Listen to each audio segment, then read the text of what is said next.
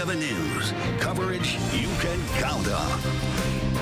Two members of Pittsburgh City Council say a disaster is brewing in the Pittsburgh Public School District. They believe the district is moving into a state of educational emergency.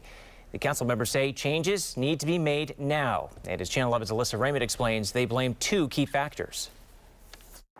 An educational emergency tied to two things: institutional racism made even worse by COVID-19. Ricky Burgess and Daniel Lavelle pointed out the problems. They also offered solutions, such as getting students back in the classroom as soon as possible. Board members say it's not that easy. We need to do everything within our power to open up these elementary schools as soon as possible. Every month we delay, it's probably resulting in a 3 or 4 month delay in terms of children's learning and bringing them further behind. The kids that are already 2 years behind are now 3 and 4 years behind in reading and math. And if we don't do something immediate, we will never be able to fill that gap. Burgess and Lavelle filed the resolution Tuesday night. The legislation calls for changes in 9 areas. Here's a look at some of them: an extended school year, longer school days, summer learning programs, additional tutoring and counseling services, and more African-American teachers. A longer school day is a possibility, but longer doesn't mean better. Everyone is involved. So this isn't some simple little solution or simple little problem. It really isn't. And for anyone to just basically say that it is totally wrong. So could Pittsburgh public school students have to work through the summer break this year? I asked that question to Ricky Burgess and Sylvia Wilson. Here are their answers tonight at 5. Reporting in Pittsburgh, Alyssa Raymond, Channel 11 News. Breaking now, Governor Tom Wolf just wrapped up his budget address, and there is a proposed tax hike on higher wage earners, and an increase on the state minimum wage. We are hearing from Republicans on the governor's plan, and we'll bring you the breaking details in a live update in this newscast. And more breaking news right now. We are hearing about a crash on the Parkway East. This information just coming in. Let's get right to Channel 11's traffic expert, Tricia Pittman. Yeah, we have an accident inbound Parkway East. It's on the ramp that would take you up to the Boulevard of the Allies. You can see the vehicles starting to build in this area. Back here would be the Bates area, the bend at Bates back toward the Squirrel Hill Tunnel. And then going forward would be the area of 2nd Avenue, Grant Street, up toward the Fort Pitt Bridge approach. So you'll know if you're coming inbound Parkway East there, you split off to go Boulevard of the Allies, which would take you over to the Liberty Bridge or the Veterans Bridge. It's on that ramp is where we have the accident. Several vehicles involved, and it looks like there's some significant damage. So I'm going to work to get some different angles, some different views, have some additional information for you coming up. Keep an eye on it. Thank you, Tricia. Breaking news from Allegheny County's health department now. An alarming number of new COVID-19 deaths being reported. Health officials have learned of 33 additional deaths. That is not a one-day report. The health department says those deaths date back to December 19th. The department is also reporting 328 new COVID-19 cases since yesterday. High demand continues for the COVID-19 vaccine. The Pittsburgh VA has announced another walk-in clinic this weekend. Veterans 65 and older who are part of the VA healthcare system can get their shot this Saturday. The clinic is from 8 a.m. to 4:30 p.m. at the University Drive location. The VA is doing this in alphabetical order by last name. The Pennsylvania Department of Health has been criticized for its slow rollout. Nearly 61,000 people in Allegheny County have had one shot. In Westmoreland County, it's about 17,500, and in Butler County, around 9,600. The Biden administration says states will get a 5% increase in vaccine supplies this week. This comes as Pfizer announced it will deliver 200 million doses of COVID vaccine in May instead of July. The White House will also start shipping vaccines directly to pharmacies instead of using states as a middleman. That is set to start next Thursday, February 11th, and you can see the participating pharmacies in our area on the screen there. They range from pharmacy chains like Walgreens, CVS, and Rite Aid to stores like Walmart, Sam's Club, and Costco. Dr. Anthony Fauci says about 70 to 85% of people in the U.S. need to be vaccinated against COVID-19 for life to begin to return to normal. According to the CDC, roughly 2% at this point of the population is inoculated now. If you can get people protected and get an umbrella of what we call herd immunity, the level of infection is going to go very, very low down in the community and in society. And at that point, the entire community could start getting back to normal. Fauci says enough people could be vaccinated by this summer or fall. He says it's a race against time to get enough people vaccinated before a variant causes another surge.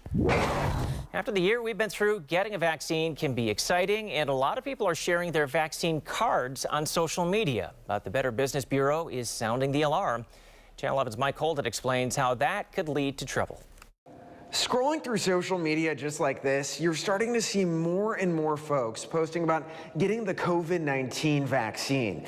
But experts are warning the crooks are out there taking notice and looking to cash in on your most personal information. It's become the latest trend on Facebook, Twitter, and Instagram. Frontline workers, veterans, and folks just like us posting pictures of their vaccine cards and snapping selfies showing they just got the coveted COVID-19 shot. However, the Better Business Bureau has a strong warning. Stop posting these pictures or just post a selfie hiding the card. What we often forget is the vaccine card has your full name, birth date, and information about where exactly you got the shot. Cyber criminals are now trying to duplicate these cards. In some instances, they're selling the cards online for a steep price and promising folks they can get their shot without the wait times. The BBB says think twice before you put it all out there. These trends may seem innocent and fun, but you really could inadvertently be sharing more information than you think with the wrong people. So in the meantime, double check your social media privacy settings to make sure everything is secure. We're now checking in with Better Business Bureau officials about alternative ways to post without giving away everything and better ways to protect you and your loved ones for Channel 11 News starting at 5 o'clock tonight. Reporting this afternoon, Mike Holden, Channel 11 News. We know all of this could be overwhelming with new information coming out on the vaccine and the virus every day. We have new information, everything you need to know on our website, including how to find appointments if you're eligible. You can go to the homepage of WPXI.com and click Race to Vaccinate. Well, no snow today, but the wind chills back in the teens and a chilly night ahead. Let's head over to meteorologist Danielle Dozier in Severe Weather Center 11. Gordon, it certainly is a cold one out there today when you factor in the wind. 31 air temperature in Pittsburgh, 30 in Greensburg. It's freezing in Butler, but check out the winds right now. As high as 18 sustained in Indiana, 17-mile-per-hour wind right now in Pittsburgh. The gusts, they're even higher to 25 in Indiana, and the gusts in Greensburg right now 23. That puts our wind chills down in the teens and 20s at this hour. Feels like just 19 if you're stepping out here in the city right now. Coming up, I'll let you know what to expect for the rest of the day, how long these strong winds will blow, and I'm tracking our next weather system that's right around the corner, bringing us some rain and some snow. All right, thanks, Danielle. President Joe Biden doubles down on his COVID-19 relief deal and says he's committed to getting those $1,400 stimulus checks to most Americans. Our Jacqueline Fell has the latest on where those talks stand. Democrats I've spoken to say the president expects Congress to get his relief deal to pass in weeks, not months. Leaving the White House today, senators say the president is talking with Republicans, but he's urging Democrats to stick together and go big on a relief package. He will negotiate in good faith, but he's not going to let obstructionism prevent the delivery of desperately needed relief to the American people. Republicans have balked at the price tag of President Biden's nearly $2 trillion plan. They say it's too far-reaching and helps wealthy Americans. A group of 10 Republican senators met with the president on Monday to discuss a smaller, more targeted bill. On a phone call with House Democrats this morning, President Biden told them that the GOP plan doesn't do enough to help people get through this pandemic. American people will see Republicans are focused on smart and responsible policies to reopen the country. Democrats are looking to pass President Biden's plan with or without Republican support. It's a move Republican lawmakers are warning against. In Washington, Jacqueline Fell, Channel 11 News. We now know who Allegheny County police are looking for after a 20-year-old pregnant woman was shot last week. This is 19-year-old Roderick Ferguson. Detectives believe he pulled the trigger and he could be in the Mount Oliver area. The woman was in a car when she was shot. That shooting caused the driver to crash in Emsworth. A passenger inside was also injured. If you know where Ferguson is, you're asked to call 911. The nation is honoring the police officer killed in the riot at the U.S. Capitol. This morning, Vice President Kamala Harris paid her respects to Officer Brian Sicknick. Last night, President Joe Biden and the First Lady were among those paying tribute. And Congress also held a service this morning honoring the man who gave his life to defend the Capitol on January 6th. Sicknick died after being hit in the head with a fire extinguisher early on in the riot, and he later collapsed in an office. Investigators have not named any suspects in his death. Lying in honor at the Capitol is reserved for civilians who are not elected officials. Officer Sicknick will be entombed at Arlington National Cemetery. The FBI is mourning two of its own today after the special agents were killed in South Florida. We first followed this as it was breaking yesterday at noon. The agents were attempting to serve a search warrant when they were ambushed. It was the deadliest single day for the FBI since 9/11. NBC's Sam Brock reports from Miami. The FBI and communities across South Florida right now are in mourning. As you look over my shoulder, you'll see that flags are at half staff at the FBI headquarters here in Miramar, Florida. That's because two agents who spent their entire careers trying to stop child exploitation died in the process of continuing that fight. Those two agents were part of a team that went into an apartment complex yesterday trying to execute a federal search warrant for a man tied to violent crimes against children. And what they found when they got there was a hail of gunfire. 5 of them were shot. 2 agents were killed. 2 others injured seriously enough that they ended up hospitalized. They are in stable condition this morning, but we learned more about the special agents who died in the line of duty. 36-year-old Daniel Alfin, 43-year-old Laura Schwarzenberger, both of them married, both of them with kids, both of them dedicating their lives to trying to crack down on predatory behavior. And it is worth noting that the last time 2 agents for the FBI died in the line of duty was more than 30 years ago in the Miami area. The building behind me is named after those 2 agents. In Miramar, Sam Brock, NBC News. This video shows the SpaceX Starship exploding as it landed. This happened during a test flight yesterday in Texas. SpaceX says the test was still a success in their eyes because of the data that they'll be able to collect. But of course, there's more work to do in successfully landing the ship. A pregnant dog left abandoned in a local alley. The heroes who were in the right place at the right time to help. We heard from viewers concerned about testing positive for COVID even after getting vaccinated. The new information you need to hear. Cold and windy out there today. I'll have my hour-by-hour wind forecast for the rest of the afternoon and how cold it'll get tonight in your neighborhood.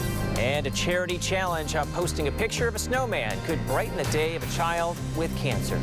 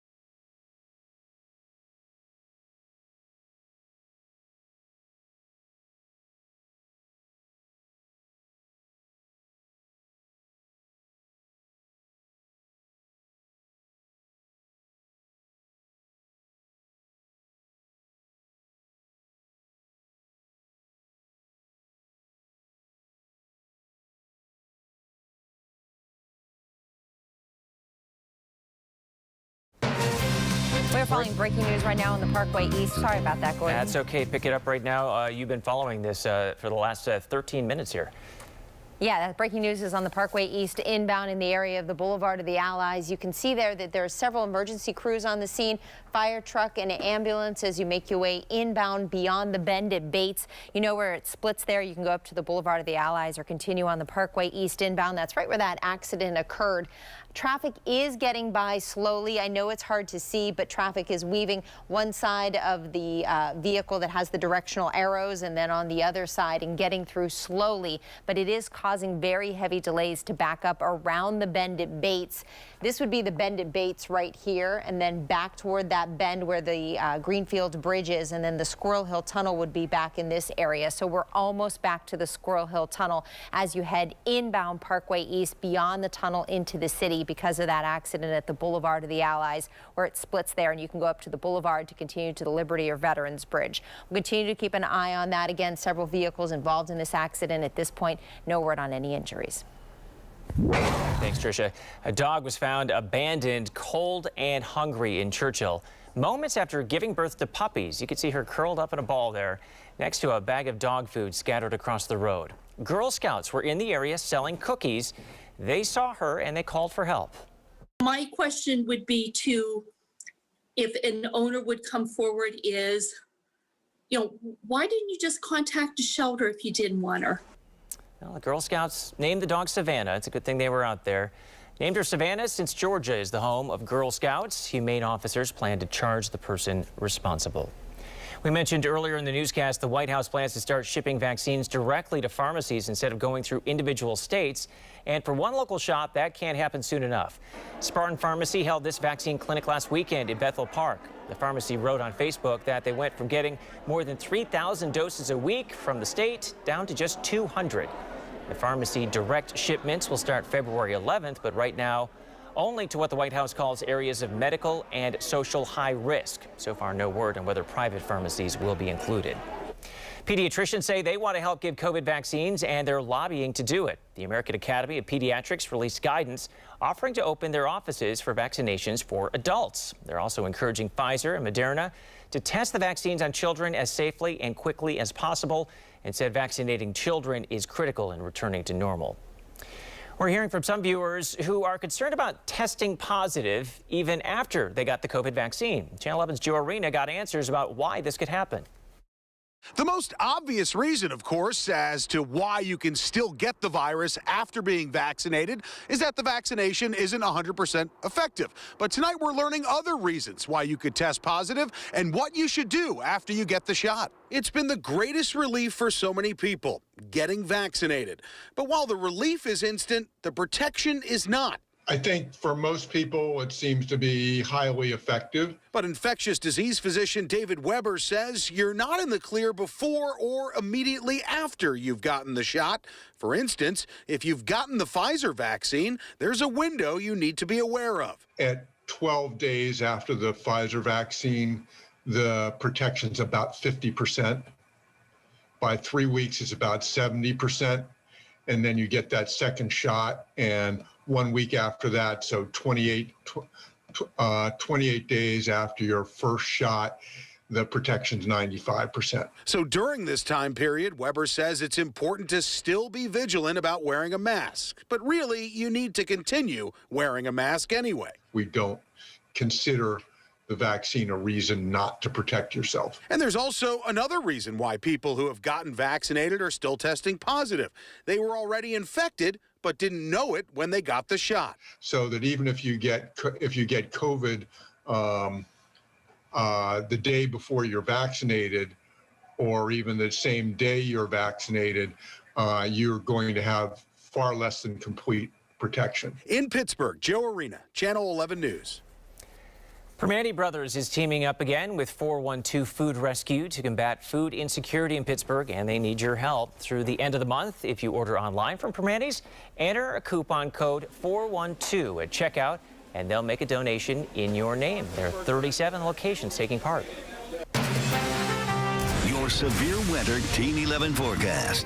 Good afternoon. Nice to see the sunshine out there, although the camera lens is shaking. We do have a bit of a wind to contend with today. Wind right now is 17 miles per hour out of the west-northwest, and that puts the wind chill down at just 19. Visible satellite shows the decrease in cloud cover we've had today. And if you look closely on the last frame, everywhere we are seeing some of that white shaded color that's not moving, that's the snow that is still showing up on our satellite image today. Wind forecast hour by hour here this afternoon. Those winds will be sustained as high as 15 and 20 miles per hour in some locations, and they could gust up to 30 throughout the afternoon.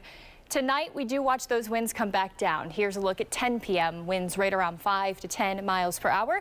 They're going to be light overnight tonight and into your Thursday morning. Here's 8 a.m. Nice to see that. 3 to 8 mile per hour winds on average. And that's going to set the stage for the temperatures to fall pretty quickly overnight tonight. So we're going to be going from highs in the lower 30s to mid 30s today, down to lows in the mid-teens overnight tonight and into tomorrow morning with a partly cloudy sky, and winds will be light out of the west-southwest. Up in Butler, we'll drop down to about 17, 18 in the Uniontown area, 15 in Beaver, and 13 degrees in Washington. These are the air temperatures, not the feels like.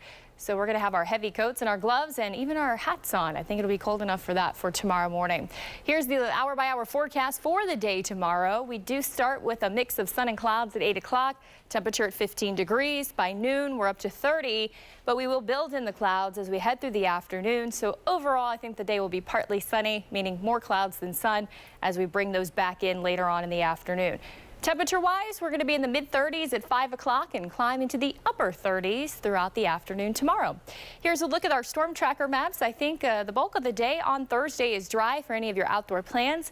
By the evening and nighttime hours, we're going to be watching another weather system push in. This is going to bring that rain-snow mix to the area. So here's a snapshot at 9:30. You can see that up around Butler, that purple shaded colors, rain, snow, and then the whitest snow, the rain is showing up in green. Here's a look at the overnight period. You could see that moisture, how it's spreading in. It's going to be pretty widespread out there as well as we head into Friday morning's commute. And by Friday morning, it looks like we're going to be seeing showers across the area from Pittsburgh into Butler, Katanning, and a rain-snow mix up to the north along I-80.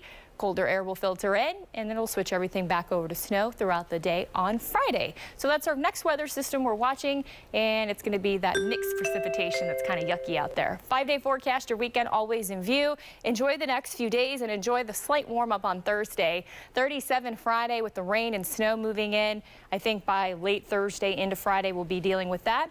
Your weekend, here it is. Saturday, mostly sunny. That's nice, but the temperature is not nice. We're looking at a high temperature at only 28 degrees, falling to 15 into Sunday morning. Sunday afternoon, about 27 with some snow showers around from time to time. And your Sunday night forecast going with low temperatures down in the lower single digits. Coming up in the next half hour, I'll walk you through my feels like temperature, the wind chills, and what you can expect throughout the morning tomorrow. All right. The first day of Lent begins with Ash Wednesday next week. The changes the pandemic is forcing local churches to make. And criminals are watching and waiting. The warning from Pittsburgh police over what they call a crime of opportunity.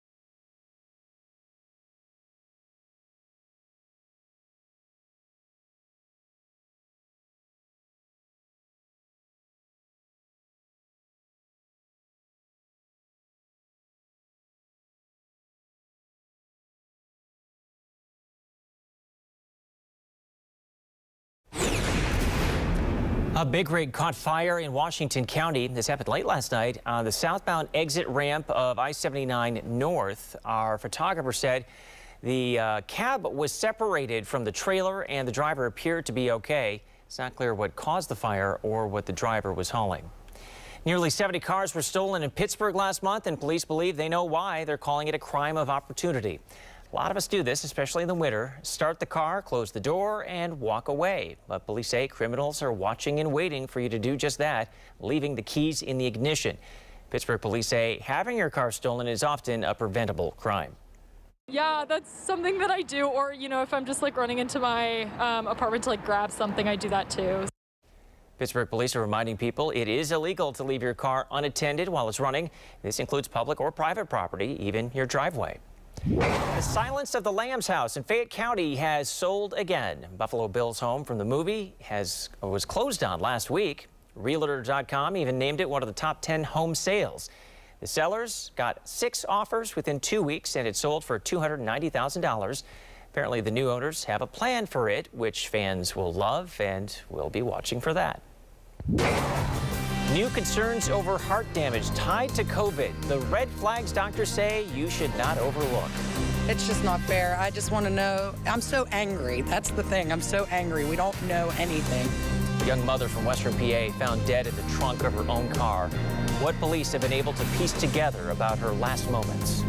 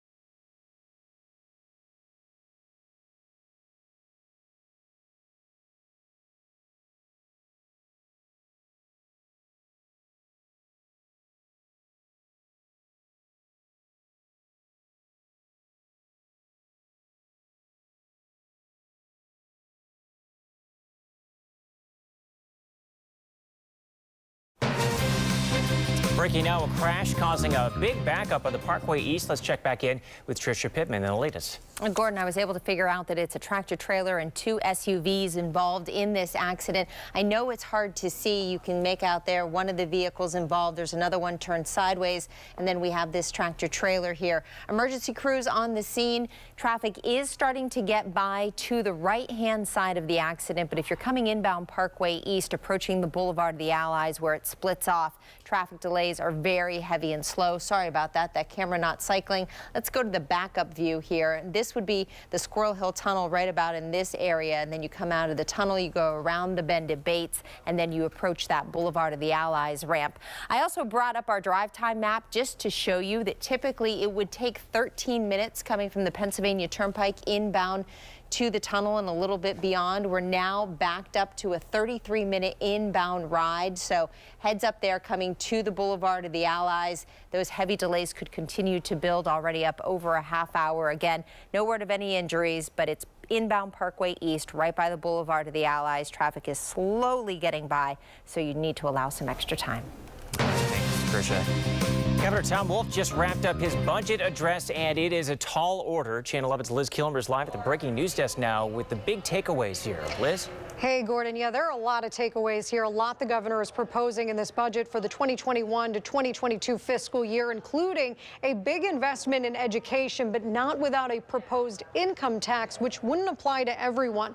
Now, starting with that proposed tax hike, well, Governor Tom Wolf wants to increase the income tax rate from 3.07% to 4.49% effective July 1st. However, there would be a tax forgiveness credit where, for example, a family of 4 making $50,000 or less would have their taxes eliminated. Now, as for where some of the tax revenue would go, well, like I mentioned, the governor wants to invest more than $1.3 billion in basic education. During his budget address, which just happened moments ago, he emphasized how a bright future for Pennsylvania depends on our schools. Over the past 5 years, we've delivered an additional $1.4 billion in funding for pre-K through college education. But that's not enough. For too many families in our Commonwealth, insufficient access to education remains a barrier to opportunity. Now, will this budget pass? Well, Republicans control the legislature, and several have issued statements. Statements are actually pouring in right now. They are condemning this proposal, saying the income tax hike would be the largest in state history and hurt hardworking Pennsylvanians, part of the middle class, small business owners. I just got a statement now from Representative Bud Cook, who represents Washington Fayette. He is saying that the #1 priority of the administration should be getting the vaccines out, saying that the governor does not understand what Pennsylvania needs to recover from this pandemic. Now, the House GOP is also holding a press conference in response to the budget address. I'm going to listen in on that, and we'll have much more coming up tonight at 5 and 6. Back to you. A lot to go through. All right, thank you, Liz. There's a search for answers after a young mother was found dead in the trunk of her own car. Alexa Randolph was reported missing last Thursday. The Fayette County native was last seen at her apartment in Morgantown. The next day, police found her car and body in a Walmart parking lot 10 minutes from her home. Police are investigating her death as a homicide. Days later, still no arrest and no answers for family and friends. All of us are having a hard time with this. We can't figure it out, but I just know that whoever did it, I hope they pay within the full extent of the law because they deserve it. They took away a beautiful person. The county sheriff's department is taking over this investigation from Morgantown police. The state attorney general says he's working on a solution to fix a mistake that could delay justice for child sex abuse victims. Josh Shapiro says he's talking with the governor and lawmakers to put victims in a position to seek justice as soon as possible. And he hopes to have something on the governor's desk by next week. I've had some productive conversations with the governor and legislative leaders about trying to remedy this error and trying to get the victims in a position where we can bring about justice as quickly as humanly possible for them. Secretary of the Commonwealth Kathy Boockvar resigned for failing to advertise a constitutional amendment in time to put it on the ballot. Right now, the earliest it could go to voters is now 2023. Shapiro led the groundbreaking grand jury report on clergy sex abuse. Pittsburgh City Council is considering a proposal for an emergency rental assistance program to help those hit hardest by the pandemic. Under the proposal, $36 million would be available for Pittsburgh residents who need help paying rent, utilities, and other housing expenses. Mayor Bill Peduto asked the council to vote by next week. Some welcome news for Pennsylvanians applying for unemployment compensation. The Department of Labor and Industry says the agency has fixed many of the issues with the application process for both pandemic emergency unemployment and assistance. Both programs expired at the end of December, but have been renewed under new federal CARES Act extensions. The state says those who have been unable to file should now be able to. Taking a look at our temperatures right now, it is freezing in the Indiana area. It's 30 in Greensburg and 30 out in Washington. The winds are strong out there. You probably felt them if you've been out and about. We've got winds that are gusting to 24 right now in Indiana. 23 is the gust currently in the Greensburg area. Puts the wind chill there at 20, but it feels like 19 here in the city and 19 out in Washington. And if you're up in Butler, feels like temperature right now is 26 degrees. So as you head out this afternoon, you're certainly going to need those heavier coats because that wind will be whipping. Well, what I can tell you is the wind will come down later on tonight, 8, 9 o'clock or so. We'll be looking at winds right around 5 to 10 miles per hour and then really light overnight. And as that happens, the winds turn lighter. The air temperatures can cool quicker, especially as the sky begins to clear out. So we're looking at a 7 o'clock temperature right around 27 down to 22 by 11. And we're going to be falling right back down into the teens for air temperatures as we head into your Thursday morning. Still to come, that hour by hour wind chill forecast. And I'm putting together some beautiful pictures that you all sent to me last night of the sunset. Stick around for those coming up. Danielle, churches are modifying services for Ash Wednesday. The Diocese of Greensburg says leaders in Westmoreland and Armstrong, as well as Fayette and Indiana counties, will have no direct contact with parishioners during these services. They haven't said exactly how it will work, but the Diocese of Pittsburgh says they will do the same. New appointments for COVID vaccines are suspended in Armstrong County. They say they just don't have enough. The Armstrong County Center for Medicine and Health said deliveries from the state have been inconsistent. A post on the hospital's website says it joins numerous other regional hospitals that are experiencing the same lack and consistency of vaccine supply in making this unfortunate decision. The hospital will continue to give the second doses to people who already got the first shot. New studies say COVID survivors could have long-term health damage in their heart. And there are red flags to keep in mind: elevated heart rates, abnormal heart rhythm, and prolonged fatigue even months after recovery.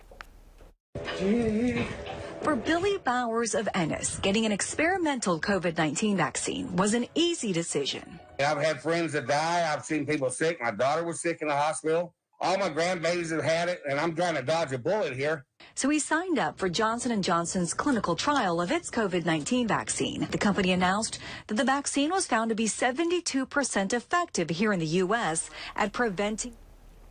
Sorry about that. At this point, it is unclear how long those effects, the heart disease effects, may last. But doctors say there are steps that we can take: exercise, a plant-based diet, lowering stress, connecting with others, and getting at least 7 hours of sleep. An out-of-towner claims he got bit by bedbugs at a local hotel. New information from a lawsuit he just filed. I may not come out, but I'm going in. And a man rushes into a burning home to save his neighbor. The dramatic rescue caught on camera.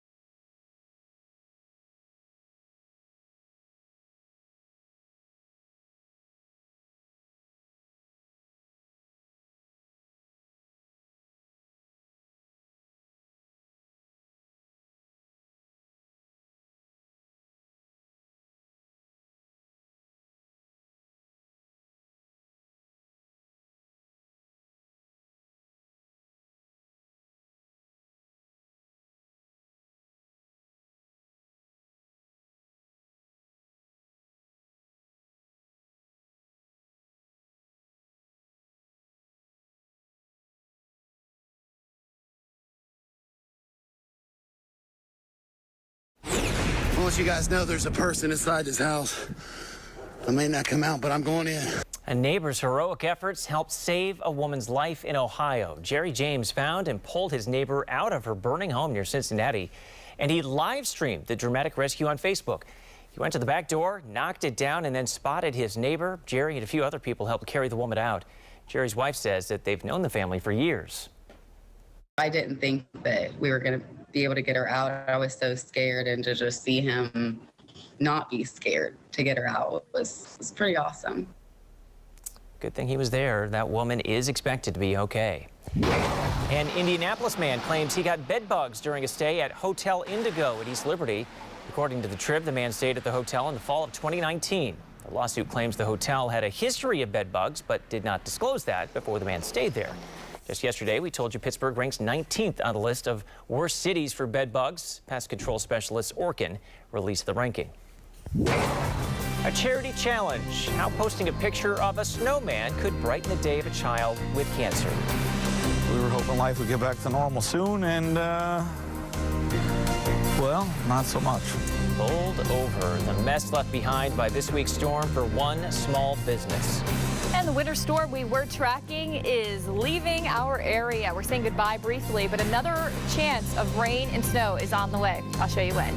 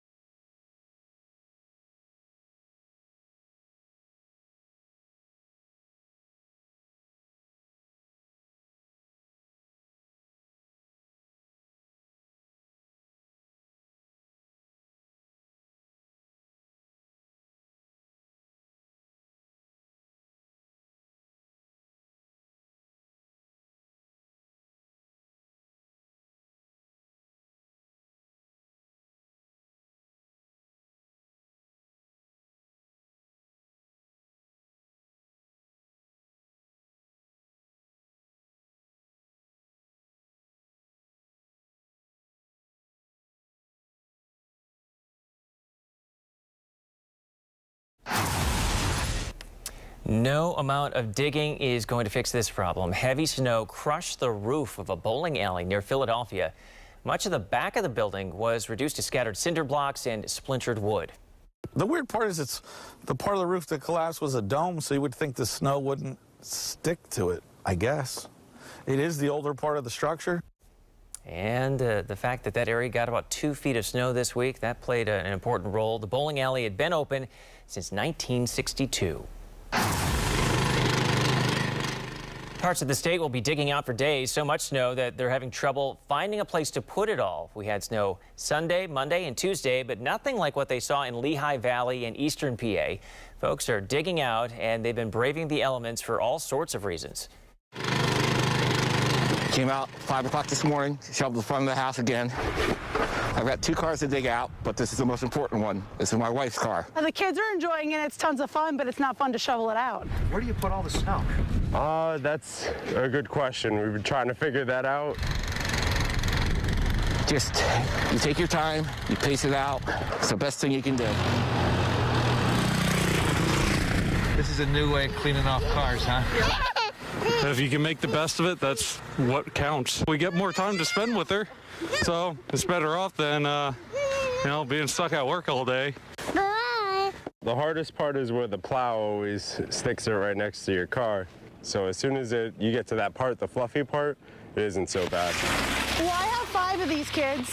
They're a lot of help. So this is nice seeing them doing what they know best, just playing and having fun. God bless you. If you could describe the storm in one word. Oh, it's beautiful. Love it. My back. Peachy. Beautiful. Sore. Fun. One word, fun. Beautiful. It's really nice. I'm ready for Disney. That might be the best thing. Everybody needs a vacation after that. Well, if you have some downtime today, consider building a snowman. It could help families with kids battling cancer. 2 businesses out of the Philadelphia area will donate $10 for every snowman picture posted on social media with the hashtag #ThinkBigSnowmanChallenge. The money will go directly to families in northeastern and central PA battling childhood cancer. These families can come to a struggle when they really need to be focusing on, the battle with pediatric cancer and getting their kids healthy. The director of Think Big Pediatric Cancer Fund says the money will go to help with month-to-month expenses so that the parents can focus on their kids. Your severe winter Team 11 forecast. Well, last night's sunset was just gorgeous. I hope you were able to step outside and see it. If you didn't, here's a look at some beautiful pictures that you all have been sending me on social media. Kurt sent this one in, and I love it because you could actually see the yellow and the orange hues in the sky. Just made for a picture-perfect sunset with just a little bit of cloud cover out there. Last night's sunset, Lisa sending in her picture, and you can see the pinks and the purples that she was seeing from her point of view. Wayne sent this one in, and his was a little more fiery in nature, kind of had more reds and a few orange hues in it. And I love this picture. This one coming in from Kevin out at Pittsburgh International Airport. You can see the snow that is on the ground and that sun setting with the beautiful glow there on the horizon. Thanks to all of you for sending in your pictures. 31 right now in the city. It's 30 in Greensburg, 34 in Beaver. Definitely a cold afternoon when you factor in the wind. The wind settles down tonight, but that's going to allow the air temperature to dip down into the middle teens into tomorrow morning. So 6 o'clock and 7 o'clock, right around 16 degrees, and 8 o'clock temperature is 15. Will be partly cloudy overnight tonight. As far as our forecast goes, we are looking at temperatures in the lower 30s for the day today. So if you are heading out, doing a little running or walking, just make sure you're watching out for some of those icy spots that are still kind of lingering around. Have a little melting taking place with the sunshine out there today, so that will refreeze overnight tonight. And then tomorrow we're looking at temperatures climbing above the freezing mark. So we're looking at 38 in Pittsburgh, 39 in Washington. And even though I think we'll get above freezing today, we're going to get much above freezing tomorrow in a lot of locations. So 38 in Indiana, 40 out in Greensburg, and may actually climb to about 43 in Uniontown. It is that cold start for us, though. I mentioned the temperatures will be in the middle teens for the start of the day. The winds, though, will be lighter overnight tonight and into Thursday morning, so that will help the situation, but it's still going to feel like the lower teens in many locations because, again, wind is light. It's going to feel very close to the air temperature. By the afternoon, the winds are right around 3 to 8 miles per hour. The temperatures are coming up into the upper 30s, so our wind chills will be coming up as well. Looking primarily at the lower 30s as far as the feels like goes. Storm tracker here as we head into Thursday evening and night. I do expect our next wave to move through. It's a low pressure system. It's going to bring some snow to the area and even some rain. It'll be mixed at times as we head into late Thursday night and into early Friday morning. Friday morning's commute will be wet. We're going to be tracking showers, and colder air will allow another change back over to snow throughout the day on Friday. We're still monitoring that Arctic air mass that is set to move our way late in the weekend and into next week. This is just one computer weather model, but there are still signs that the air temperatures will be falling down into the lower single digits, and our wind chills could be close to zero, if not below as well, into next Monday. So that's something we'll be tracking. And Gordon, it still could be some of the coldest air since 2019. Not a lot to look forward to. All right, thank you, Danielle. Now here's local steals and deals. Right now, it's a whole different world, and a lot of us are setting up offices at home, workspaces at home. The kids are learning from home, right? And right now you're going, oh my gosh, it's a little bit more complicated than I thought. I can make it simple for you. This is one of the best ideas ever, and it's from Sharper Image. It's called the socket shelf. So number one, you simply plug this in, and now you have 6 regular sockets and 2 USBs. You can charge 8 things at one time. You have the shelf that you can use or not use, completely up to you. So now if you're going, wow, I'm trying to set up this home office, I have the tablet, I have all these things I need to charge, and they're in my way. Now they can all charge at once, and you can put a bunch of them at one time right up on the shelf, and they're not on your desk and they're not in your way. It's such a great idea because it keeps everything organized, everything charged. We have so many devices to charge right now, right? Do you have a TV with an outlet behind and there's all these wires running down to the ground? Wouldn't you like to just plug this in behind the TV and have everything here? Oh, in the bathroom? Isn't it amazing how many things, like, oh, I have an electric toothbrush, I have this, I have that. A lot of things to charge in a bathroom. Never enough counter space. You simply plug it in, everything you need is organized, and you're good to go. The surge protector is built in, and there's no electrician required. Right now at localsteals.com, it's 20 to 33% off, and you're gonna love it. I guarantee you absolutely will.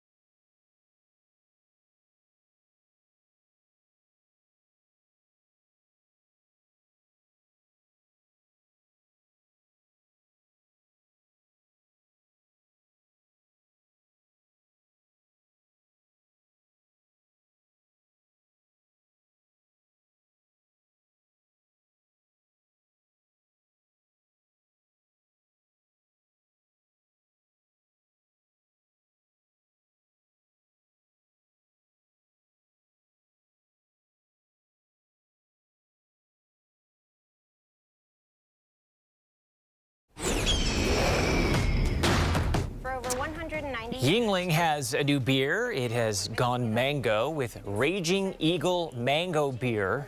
We're told it's a regular strength beer at 6% alcohol. and will be available in 24-ounce cans to start. Pittsburgh International's billion-dollar makeover is about to get underway. The project's early construction work was supposed to start last April, but the pandemic pushed it back. The new design includes upgraded technology, more open space, I should say, and natural lighting. Heavy construction will begin in June if all goes according to plan, and the new terminal could open in 2025. The former site of one of Pittsburgh's most well-known restaurants is getting a new restaurant. La Via Trattoria will go in the former Cure space in Upper Lawrenceville. Their website says it's opening soon. Cure closed in 2019. A local pizza shop is offering a socially distant special to celebrate Valentine's Day. Fox's Pizza in Leechburg is partnering with a nearby flower shop, offering heart-shaped pizzas and stuffed animals on the side. You can reserve your order by calling the store or messaging them on Facebook. That's all for Channel 11 News at noon. Our next newscast is tonight at 5. Thanks for watching and have a great day.